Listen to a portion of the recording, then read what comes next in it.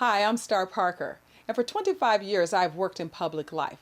Anyone that knows my story knows that as a young woman I was on welfare. After my Christian conversion, I changed my life. I completed college and I started a business. And then after the 1992 Los Angeles riots, I began to work in public policy. I worked on federal welfare reform from 94 to 96, and then I founded my current organization, CURE, the Center for Urban Renewal and Education, which is a policy think tank that promotes market-based solutions to fight poverty. CURE is based in Washington, D.C., yet I still reside in Southern California. And over the years, I'd been asked to run for public office, but I never agreed because I thought I could be most effective on the outside. But things have changed. The state of affairs in this country today is tenuous. Our nation is deeply divided, and we are at a critical crossroads similar to in the 1850s, where the nation just cannot keep moving against its core principles. So this March, when the Los Angeles County Republican Party asked me about the United States House seat in the 37th California Congressional District, I agreed to run. I concluded, like most Americans, that we need representatives in Washington who will fight consistently to restore traditional values, limited government, free markets, and a strong national defense. Traditional values because choice loses its meaning when it doesn't matter what you choose. Limited government, because the role of the government is to protect private property and personal pursuits, not to exploit them or plunder them. Free markets, because profit is not only moral and good, but without profit there is no capital to invest in future advances, and that's how we create jobs. Strong national defense, because true justice is a rule of law that promotes civility and peace by judging its violators and punishing tyrants. We are at a critical point in this nation to where we must begin to turn things around or we won't survive. Thus, I'm compelled to do something. As an activist, an author, a commentator, an entrepreneur, I refuse to give up on the potential of this great nation. We've all heard the saying that evil prevails when good men do nothing. So I'm running to work on behalf of you and the rest of the American people. I want to go into the Congress because my life story embodies the greatness of America. That anyone from any background or ethnicity, or anyone that just might need a fresh start or a new birth, can live free, they can excel, they can build prosperity. Many of our neighbors have never heard this message of freedom. For too long, some of the people in the 37th District have only heard political promises of entitlement, while their family lives collapse, their neighborhoods crumble, their schools underperform, and their unemployment rates soar. I can firsthand identify with the hopelessness and despair of many in my district of Compton, Carson, Signal Hill, and much of Long Beach, because I once lived on welfare. For more than 7 years, my life wandered in and out of meaninglessness. And after my rebirth and setting some strict lifestyle goals, developing a strong work ethic, and completing college, my impoverished situation began to change. And today, I do run an organization in Washington, D.C., where we explore and promote market-based public policy to empower the lives of the poor.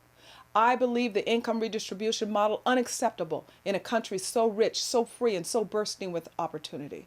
So I want to go inside the political apparatus to help shape public policies that will unleash the potential of the folks in the 37th District and anyone else in the nation that's tired of being poor, or in the words of Our Lady Liberty, that are yearning to breathe free. There are 4 reasons that I'm challenging Laura Richardson for the Congress. Because we need to do something about the political insanity that has gripped the Black community for 40 years and is now spreading into other minority groups. Since the Civil Rights Act was passed, the war on poverty declared, and trillions spent, the Black poverty rate has not changed. Yet, for 10 years, after 10 years in office, Laura Richardson she's contributed nothing new. No new ideas, no new strategies, no discussions. The people of the 37th Congressional District need a steadfast leader, willing to be honest with them about what it takes to build prosperity and a prosperous environment for themselves and for their children. We need someone willing to help our poor understand that the answer to poverty is faith, freedom, and personal responsibility, not the dated and failed welfare programs Laura Richardson supports. I will fight for charity tax credits so help will be local and personal. Number 2, we need a leader willing to challenge every obstacle standing in the way of getting schools that work, not a politician who always seems to put unions before parents. I will fight for school choice so that every child can get the best education available. 3, we need a leader that understands economics and that can use this understanding to help shape public policy that will attract business investors and entrepreneurs, not the job-killing policy Laura Richardson touts for various special interest groups. I have the heart and passion of small business. I not only have a college degree in marketing with a minor in international business, I've been an entrepreneur for 25 years. I still make a payroll. Ultimately, this community just needs someone who really cares about them. I've dedicated my life to finding ways to fight poverty so that our vulnerable can live free. Laura Richardson is a liberal political insider who, if reelected, will continue to sell the same left-wing agenda of big government and moral relativism that has already destroyed every inner city and rural community in this country. If she's reelected, the 37th Congressional District will see more unemployment, more poverty, more broken schools, more crime, and more random acts of violence. Families will continue to flee, business will continue to close, neighborhoods will continue to unravel, and government dependency will continue to skyrocket. Low-income Americans need a conservative message and conservative leadership. When Bill Cosby spoke the truth about the reality in Black America, blacks knew what he was saying was right. They wanted to hear more and they wanted to know what to do. And then the black political establishment shut him up. It's the poor that are disproportionately hurt when excessive government limits new products in healthcare and financial services.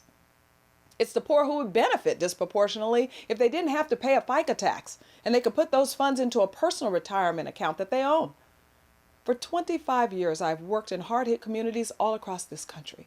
I know this disease and I know where it leads. And our whole nation is now catching it, and we've got to stop the hemorrhaging now. We see more and more today the pathologies that have already torn apart communities, these poor communities, and now they're taking hold in mainstream America. Today, the percentage of babies born to unwed white women is higher than the percentage of babies born to unwed black women 40 years ago.